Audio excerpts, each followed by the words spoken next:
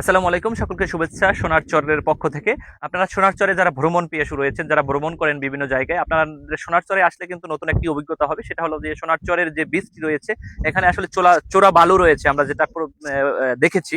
তো সেই চোরা বালুতে কিন্তু সাগরগামী যে ফিশিং ট্রলার গুলো রয়েছে জেলেদের, সেই ট্রলার কিন্তু গত বছরে কিন্তু পানিতে ডুবে যায় এবং সেই ট্রলারটি কিন্তু এখন চরের মধ্যেই কিন্তু বেজে আছে।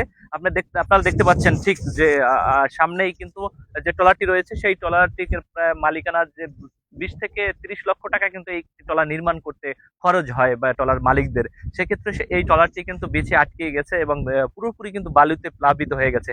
তবে আমরা শুনেছি যে এই ট্রলারের মধ্যে এখনো ইঞ্জিন রয়েছে, গিয়ার বক্স রয়েছে, এবং আপনারা দেখতে পাচ্ছেন একদম মনে হচ্ছে যে কিছুই নিতে পারেনি সে। যদি কেউ ছুটিয়ে নিয়ে যেতে পারতো সেক্ষেত্রে কিন্তু এবং অক্ষত অবস্থায় থাকতো না। এটা কিন্তু পুরোপুরি আমরা মনে করছি যেটা অক্ষত অবস্থায় রয়েছে। এই জায়গাটিতে কিন্তু জেলেদের জাল থাকে, এখানে একটা কেবিন থাকে। হয়তো কেবিন হয়তো কেউ নিয়ে গেছেন বা মালিক পক্ষ নিয়ে গেছেন, কিন্তু আমরা যেটা মনে করছি যে যেহেতু একটি ট্রলারের মূল জায়গাটা হলো এই চুকান, সেক্ষেত্রে কিন্তু এখন পর্যন্ত চুকানটা এখানে যেহেতু রয়েছে, যদি এটার মালামাল মালিক পক্ষ নিতে পারতো তাহলে তাহলে অন্তত এটাও নিত। প্রথম কাজটি তাদের কিন্তু এইটা নেয়া, কারণ এটা লোহার এবং দামি জিনিস যেটাকে নিয়ন্ত্রণ করে এই ট্রলারটি।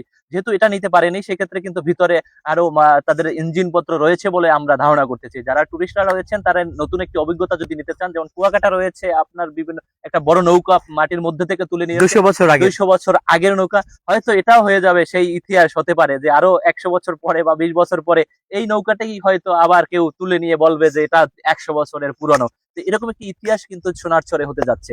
আসসালামু আলাইকুম, সকলকে ধন্যবাদ।